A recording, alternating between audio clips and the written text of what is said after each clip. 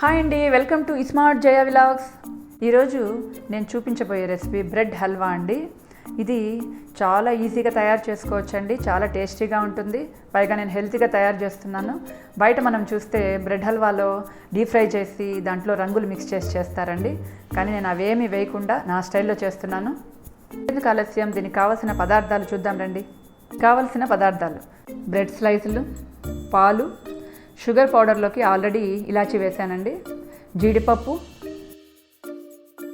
మొదటగా ఒక చిన్న బాణలు పెట్టి దాంట్లోకి ఒక 2 స్పూన్లు నెయ్యి వేసుకున్నాను.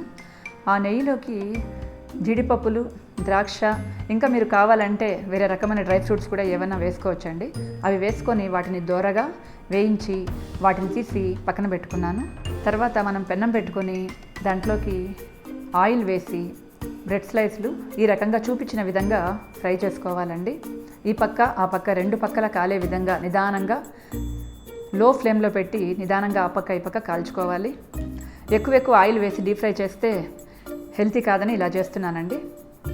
తర్వాత బ్రెడ్ స్లైస్లు నిదానంగా కట్ చేసుకోవాలండి. అన్ని ముక్కలుగా చూపించిన విధంగా కట్ చేసుకోండి. ఈ రకంగా కట్ చేసి పక్కన పెట్టుకోవాలి.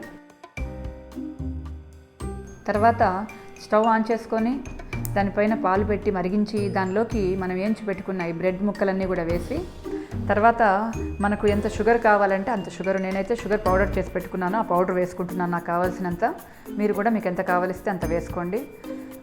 అవి వేసిన తర్వాత మనం ఆల్రెడీ ఫ్రై చేసి పెట్టుకున్న డ్రై ఫ్రూట్స్ ఉన్నాయి కదండి పక్కన, అవి కూడా దాంట్లోకి వేసి అన్నిటినీ బాగా కలిపి మిక్స్ చేసుకోవాలండి.